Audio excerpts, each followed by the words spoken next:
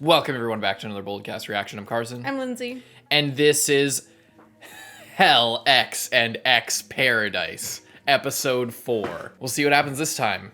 I will say I kind of got spoiled by the thumbnail of this episode. Did you see the thumbnail of this episode? I did. Yeah. Unfortunately, Crunchyroll puts like a huge spoiler as like the thumbnail of the episode. it's okay because you already kind of suspected that anyway. Yeah, so the thumbnail, for those who don't know what I'm talking about, was we saw the Kunoichi girl run into Gabimaru and Sagiri, and that means that she was at least alive, which does, because she's crafty, maybe it doesn't mean that everyone else is alive, so maybe it's not a big spoiler. Plus, we didn't see any wounds on her. Like some other people, we saw them get like there was like a root or a tree branch like blocking where the spear was like going into her or whatever, but so maybe it's just her. But it could also mean, because at the start of last episode we saw the chief who like had the elixir of life from this place, presumably, based on what Gabimaru said, get like his head cut off and stabbed and like a sword through the head and disemboweled and lit on fire and shit, and clearly not in the way that Gabimaru was like withstanding that. He was like actually getting pieces missing from him and pieces destroyed, and he still was fine after. And then at midway through the episode, we see all these other people who just arrived on the island right when the crazy shit's starting to happen. All of them suffer like similar wounds and fates. Maybe they won't be dead, or maybe it's just the Kunoichi girl. We shall see on this episode of Hell, X, and X Paradise. Leave a like and subscribe. Check out Patreon for uncut reactions. Check out Demon Slayer, will be posted soon on our Patreon. We're gonna watch this, edit, post this, then we're gonna watch Demon Slayer, then post the uncuts to Patreon. So yeah, so we're gonna continue with Demon Slayer as well. So hope you enjoy. Let's go. And Heavenly Delusion, for those who don't know, we haven't announced that, but we are doing that. Count down? Yeah, I'll count down. Heavenly Delusion will be coming as well. Don't worry, for those who are interested in that. Okay. I forget, I think Shiro mentioned this, one of our commenters, of why this animation gets used all the time, or why it was used for Wit Studio and Mappa. Like the team of people rather than the studio. Ronin. True Ronin. Something or other.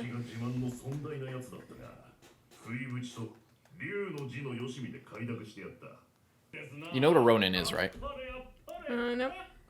It's basically a samurai who has no master. They wander around. They don't serve a lord.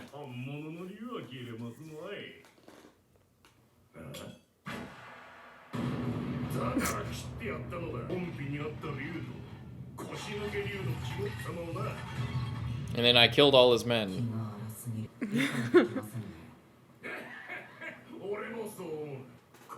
Oh, so he's not super bad, right? No, he just cut down that gate. He's just kind of volatile, but not necessarily terrible.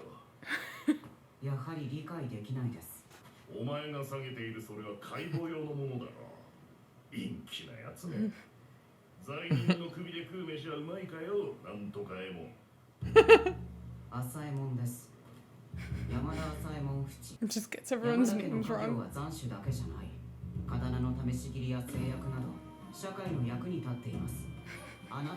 Fuchi. That's true, but you look a little bit too into it there. Normally wear a mask, but I choose not to. Oh shit, that was like some Killua stuff. When he like shoves the knife through that guy's head, but then he doesn't. I love how everyone just does that.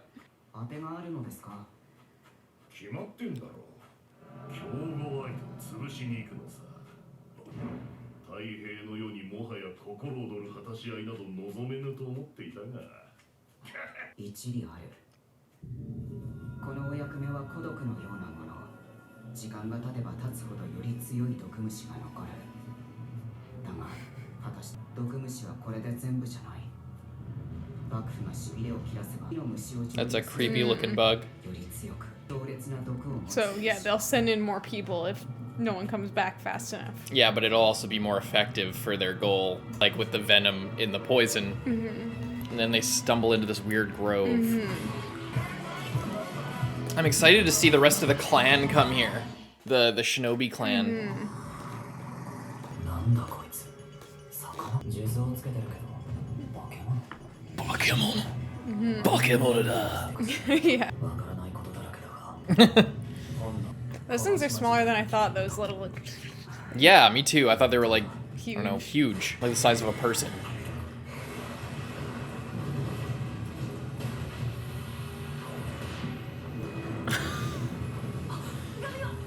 Just relax. You've seen him get lit on fire and pulled apart by bulls. He's chill. Stay back. Just focus on yourself.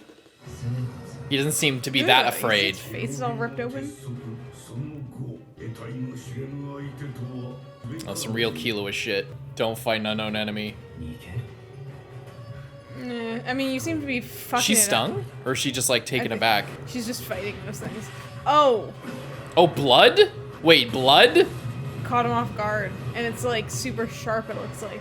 Was there actual blood or was that just for us? To show like how dangerous it is? Blood. Jesus.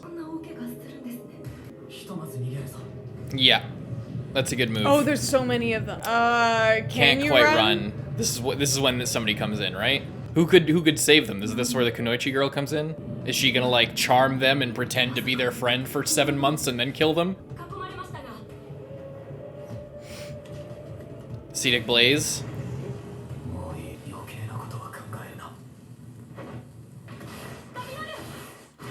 Ninjutsu time.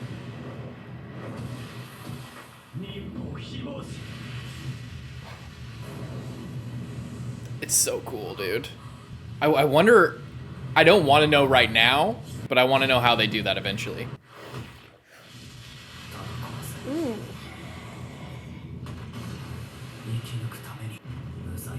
It's like boiled him from the inside.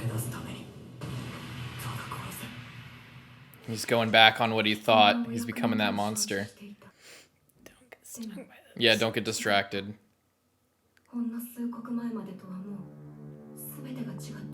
She's so lucky that she's like the weakest one of the Asaimon, and she's with like the strongest, the strongest prisoner. Hell. Uh-oh. Get it together, lady. One prick from any of these things in your fucking wood.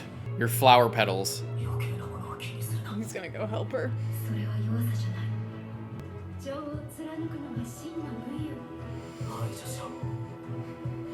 Again, I love the duality here because like he's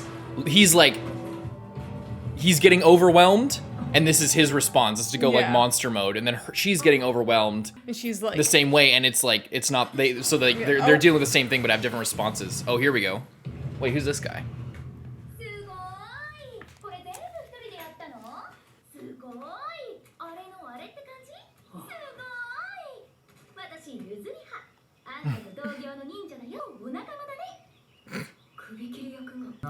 Oh, because the other guy that died, and then maybe this guy comes along too. They probably realize this place is no joke, and then just they're trying to get out of there. Thank you.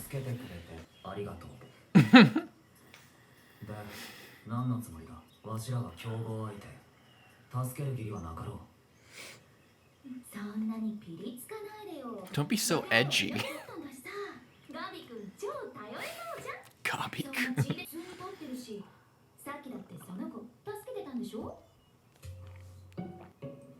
Don't get the wrong idea, I'm married. Yeah, right.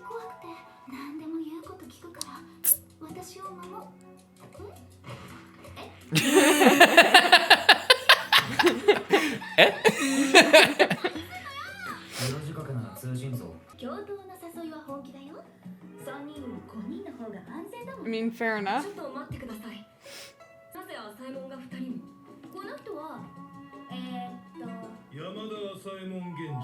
I know who you are. Like we grew up together. Why are you introducing yourself to me?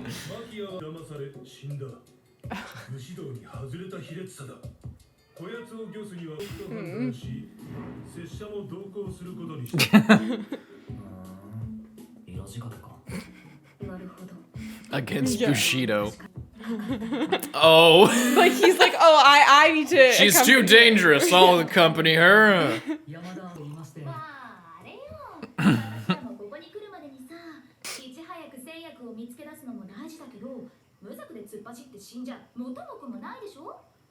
Sure. Sure, that's the plan.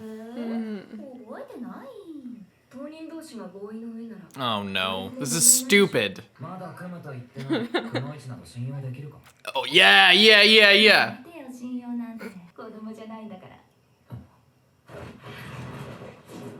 Oh.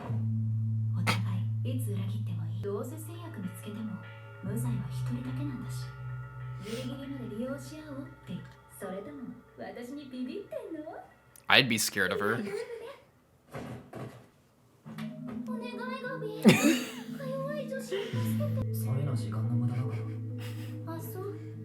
He knows all your tricks.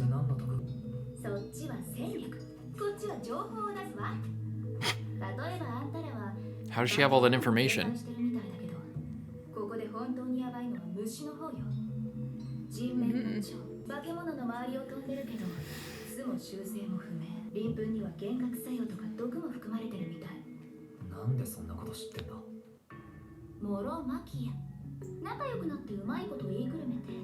I want to go in to see it. What? Oh. They only eat dead flesh. That's interesting. Jesus. Oh my god. What happened? Interesting they're saying that. It's not often they like call out the real, I guess because this is technically based in real Japan, like, you know?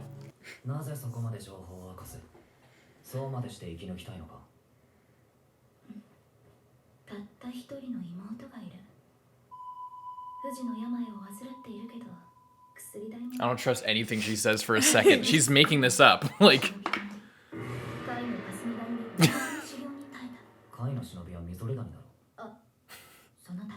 She's literally making it up.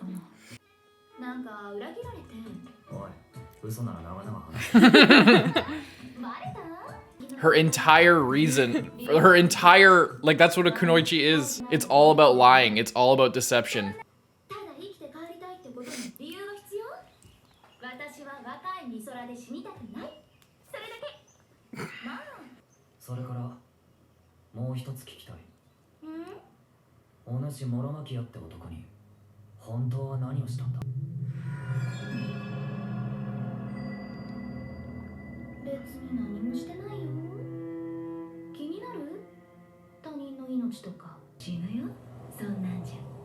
So she does know with the butterfly. She has more information she's not sharing because they don't know about that But part. will do, yeah.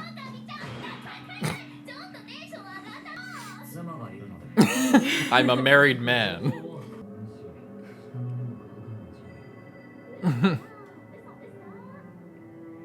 She got stung. Or she just fucked up. Or is there some weird mist coming in right now?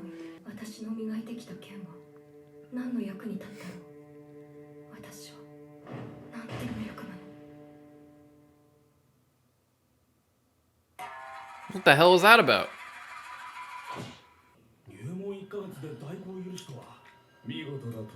Toma.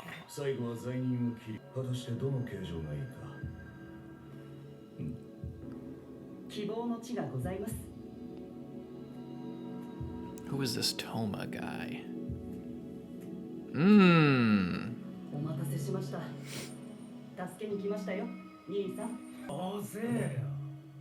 What?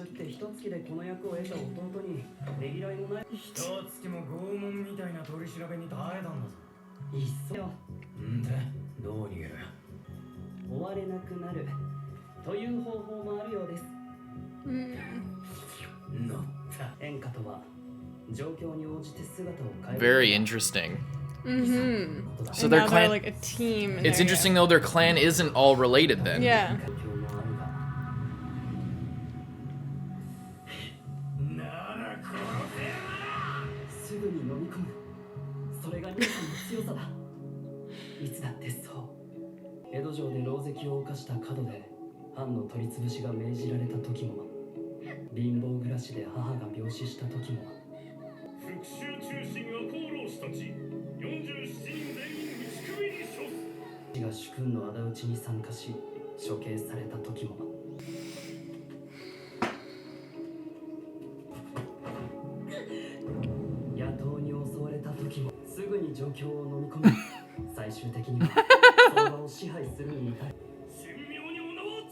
Bandit King.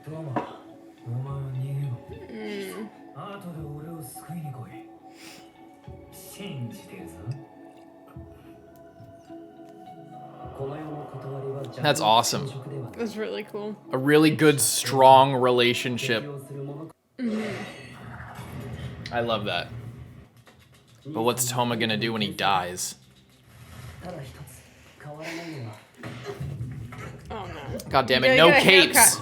No capes! What did we learn from Edna? He just left him. There's no way. There's no way he's leaving him.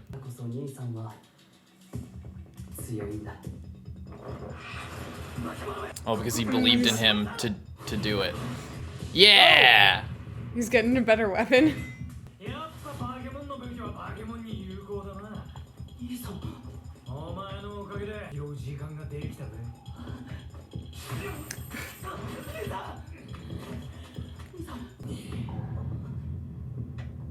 I hate how they're all smiling. They talk? Oh.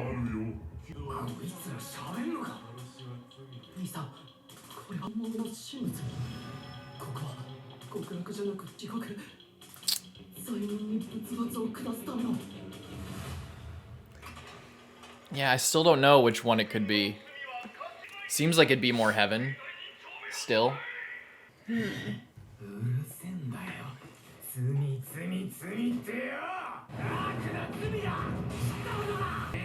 It's so interesting that they can talk. Yeah.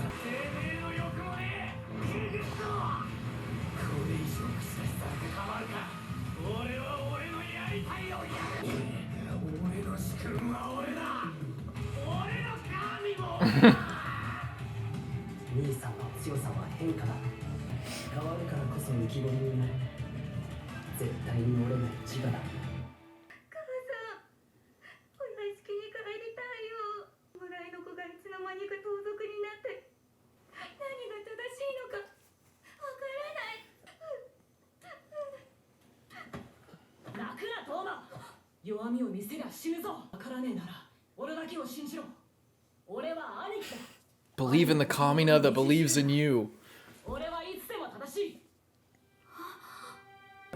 Yeah, good, fair enough. As long as we have each other, nothing can go wrong.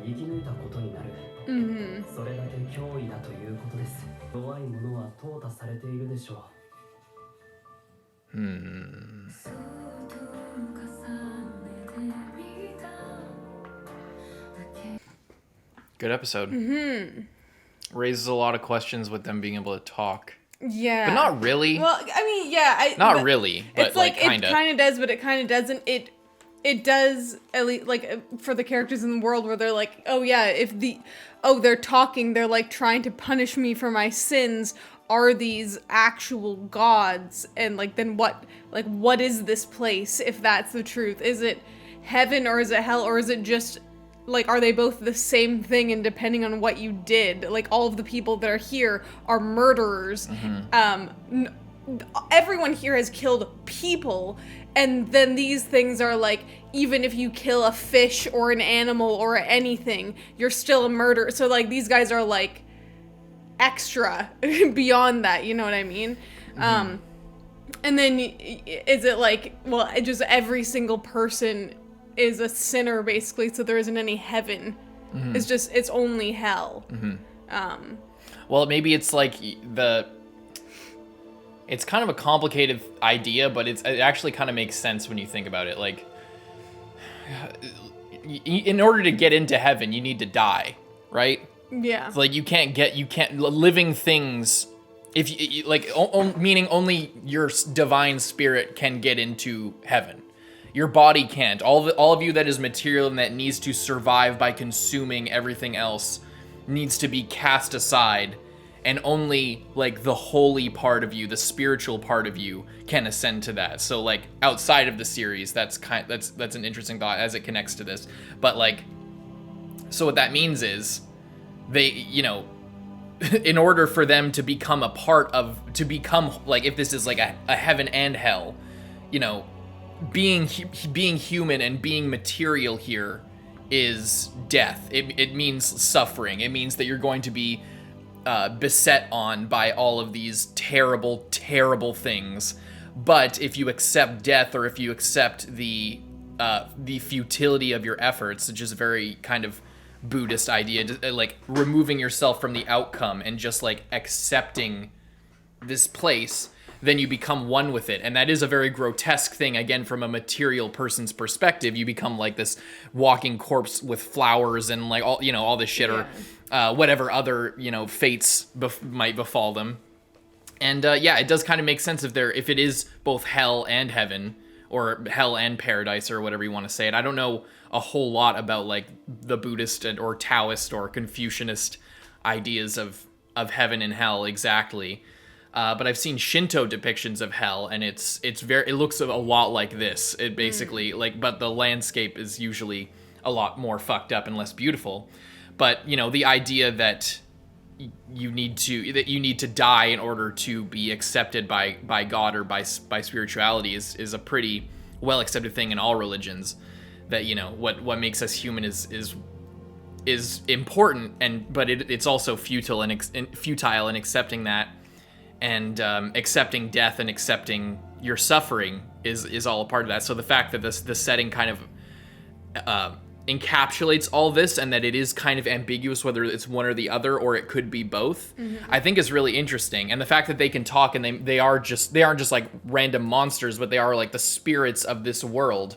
They might be like, holy spirits who have accepted both the beauty and the terror that is like mortality. And both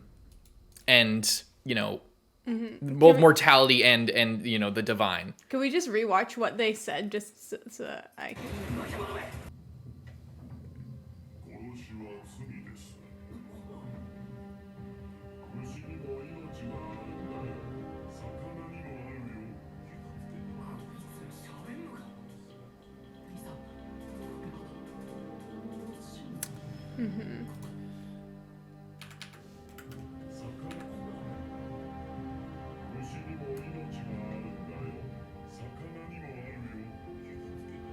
Again, they didn't say. They said like things are alive, not like things are people or things are humans. They're like because extinguishing life is terrible. Basically, it's a sin. It's not right. Yeah. So the idea that this represents, the idea of heaven, like everyone has this idea of heaven like it's this great thing, but like the fact that you need to die to get there, and you need to suffer through life. And suffer, by the way, in order to not be a sinner, you need to suffer more than anyone else in order to get to heaven, in order to get that reward. So that alone, like, sort of casts a weird shadow on the idea that heaven is just paradise and just this beautiful thing, because the people who are there have suffered more than anyone else, because they don't have the option to defend themselves or to, live peacefully, basically. They need to live toiling and suffering every day of their life. They can't, with this sort of idea. That's why Buddhist monks and stuff like that, again, I'm not an expert, but that's why suffering is such a big part of their doctrine, is because it's a microcosm of life. That's why they subject themselves to feats of like human endurance and stuff like that, like enduring the cold or enduring heat or pain of some kind over a long period of time. It's all of those practices, and in a lot of different religions, those practices are about the idea that, like, if taking on that suffering and not taking the pleasures of life that life has to offer is like an exercise in sort of abstinence from that's in a way suffering in comparison to the regular person. Therefore, suffering is holy. So then, if I give myself, if I engage in that willfully, then I'm becoming closer to God in a way. So that's a lot of different ideas, but it does support kind of the whole idea and the question of whether this is heaven or hell. It might be both, but honestly, if I were to pick one, if it had to be one or the other, I think it would be more like heaven. hell. It's just that wandering into heaven as a mortal is a terrifying idea. Wandering into heaven as like a mass murderer criminal. Yeah, and you're exactly, still and that's alive. Too. Exactly, they're all the ultimate sinners. That's right? what I'm saying. Is like, and it's basically like anyone who comes here is trying to partake in sin essentially by like gaining something that they have not earned. Yeah, like they are trying to get eternal life.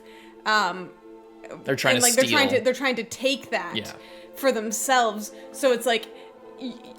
So that's maybe, and I'm wondering, like we've seen that, like, girl, like, she looks like a child with the pink hair. Is she allowed to live here nicely because she is a child and she is innocent and she has not sinned? Yeah. She did not come here to steal anything or take anything. She was either, like, brought here or born here, and, you know, maybe hasn't ever killed anything, has never done anything bad, and that's how she can live here in harmony. Like, if you shipped over like an infant to here, would they just be fine? Would these things come after them, or are they coming after them because they are sinners and they're trying to correct that for them? And that's like what I said as well.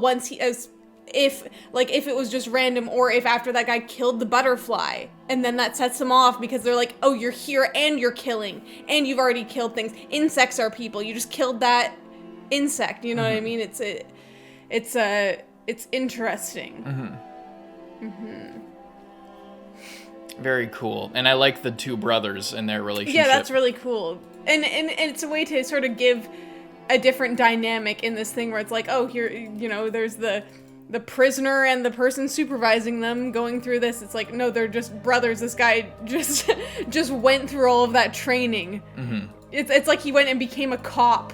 Yeah. Just to bust his brother out of jail. Yeah.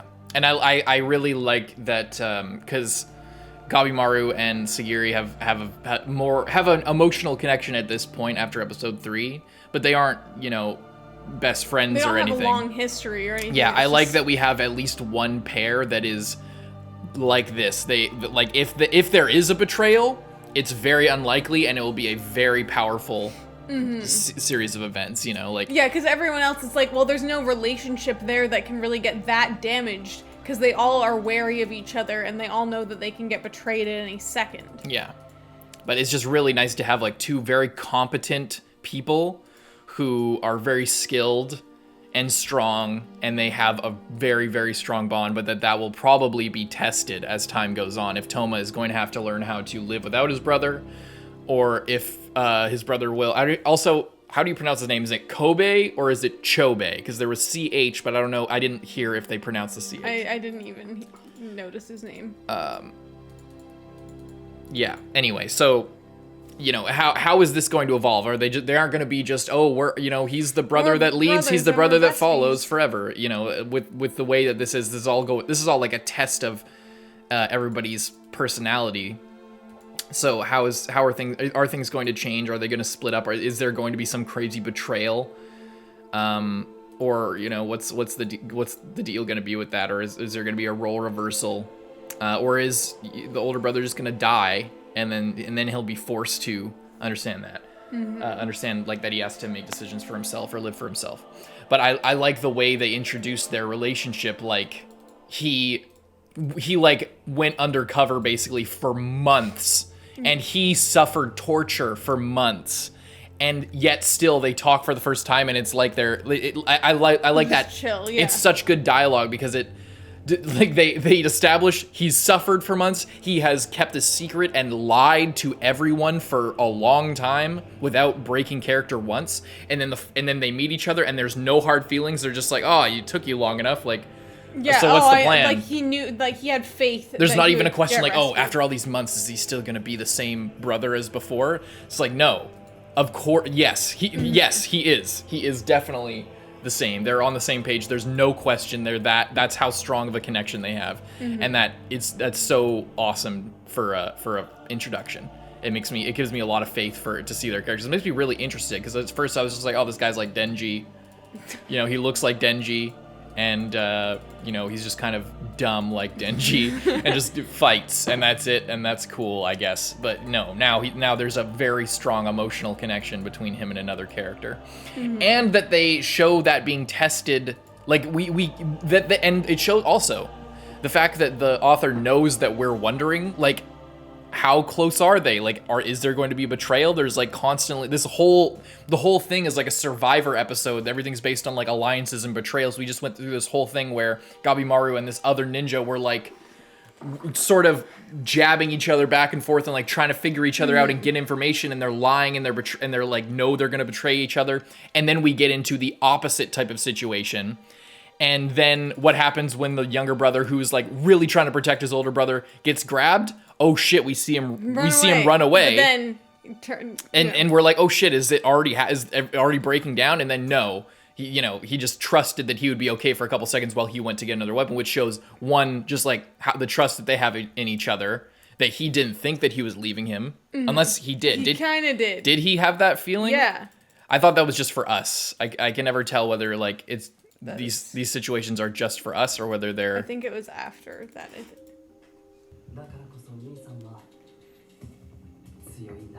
No, yeah, he had faith in him in that moment. It was for a moment. It was like, oh shit, are they actually doing that? Then, no. But then we see the look on his face and he smiles, so he understands that he's going to come back for him. Yeah.